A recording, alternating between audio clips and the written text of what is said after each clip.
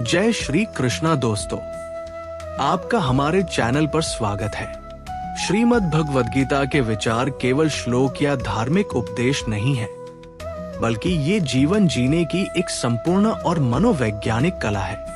आपने जिन अनमोल विचारों को साझा किया है, वे जीवन के हर पहलू, सुख, दुख, सफलता, असफलता, रिश्ते और कर्म को गहराई से छूते हैं।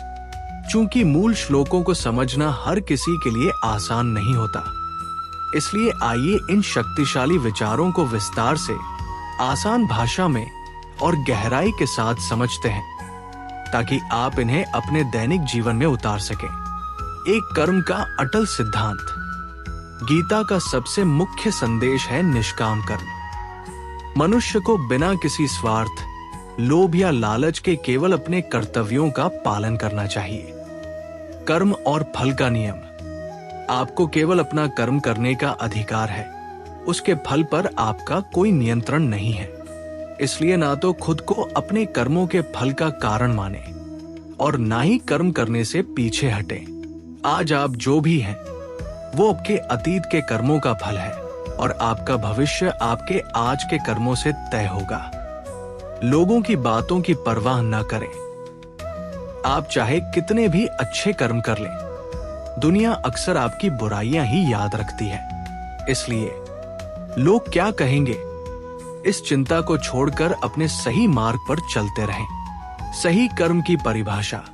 सही कर्म वह नहीं है जिसका परिणाम हमेशा आपके पक्ष में हो, बल्कि सही कर्म वह है जिसके पीछे आपकी नीयत और उद्देश्य कभी गलत न हो। दो, मन की शक्ति और उस पर नियंत्रण। हमारा मन ही हमारे सुख और दुख का सबसे बड़ा कारण है। श्री कृष्ण कहते हैं कि जो अपने मन को नियंत्रित नहीं कर पाते, उनका मन उनके लिए एक शत्रु के समान कार्य करता है। मित्र या शत्रु।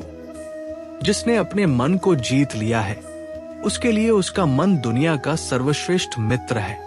ऐसे व्यक्ति के लिए सर्दी गर्मी, सुख दुख और मान अपमान सब एक समान हो जाते हैं। परिस्थितियों का नजरिया। जब हमारा मन कमजोर होता है, तो परिस्थितियां समस्या बन जाती हैं। जब मन स्थिर होता है, तो वे चुनौती लगती है। और जब मन मजबूत होता है, तो वही परिस्थितियां जीवन में अवसर बन जाती हैं। नकारात्मकता से बचाव।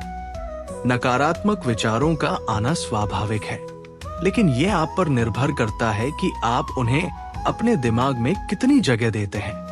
3, आत्मा की अमरता और जीवन का सत्य। भौतिक शरीर नश्वर है, लेकिन आत्मा अमर है। इस सत्य को अपना लेने से मृत्यु और खोने का भय समाप्त हो जाता है। वस्त्रों की तरह शरीर बदलना। जिस तरह हम पुराने और फटे हुए कपड़ों को उतारकर नए वस्त्र धारण करते हैं, ठीक उसी तरह आत्मा भी पुराने शरीर को त्याग कर नया भौतिक शरीर धारण करती है। इसलिए जो अजर अमर है, उसके लिए शोक करना व्यर्थ है। परिवर्तन ही नियम है। कोई भी चीज इस संसार में स्थायी नहीं है। इसलिए जब परिस्थितियां खराब हो, तो अत्यधिक तनाव न ले। रात चाहे कितनी भी लंबी क्यों न हो, सुबह जरूर होती है। जो हुआ वो अच्छा हुआ, जो हो रहा है वो अच्छा हो रहा है, जो होगा वह भी अच्छा ही होगा। 4, अपेक्षाओं और मोह का त्याग। संसार में हमारे दुखों का सबसे बड़ा कारण हमारी अनुचित अपेक्षाएं और मोह है। अधिकार और मोह केवल उसी का करें जिस पर आपका वास्तविक अधिकार है। जिस पर आपका अधिकार नहीं है, उससे मोह करना केवल दुख को निमंत्रण देना है। क्रोध की उत्पत्ति।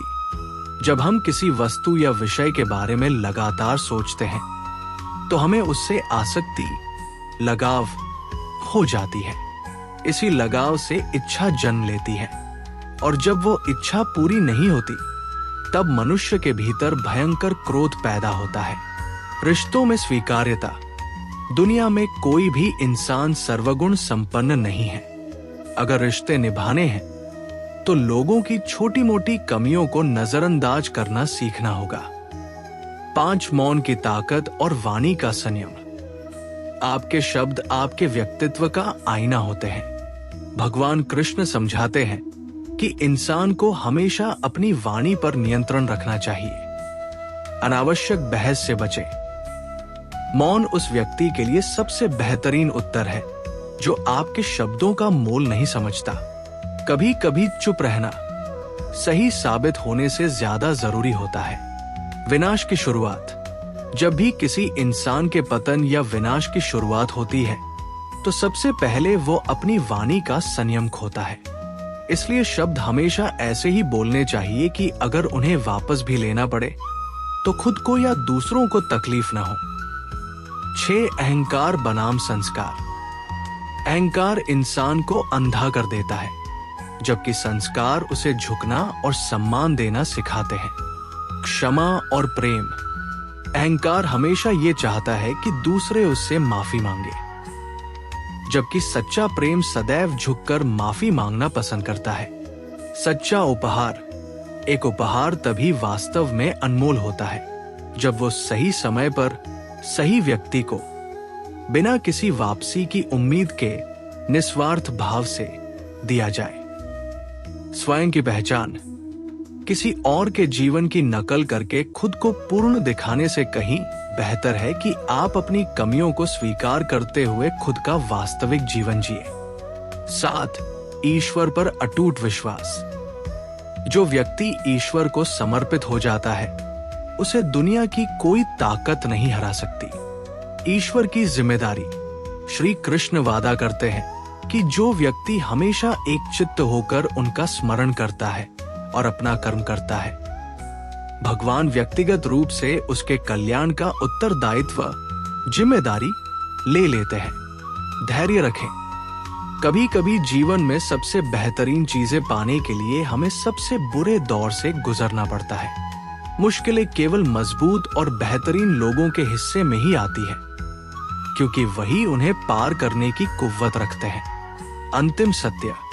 उस दिन हमारी सारी परेशानियां अपने आप खत्म हो जाएंगी। जिस दिन हमें ये पूर्ण विश्वास हो जाएगा कि इस दुनिया में जो भी हो रहा है वो ईश्वर की मर्जी और हमारी भलाई के लिए ही हो रहा है।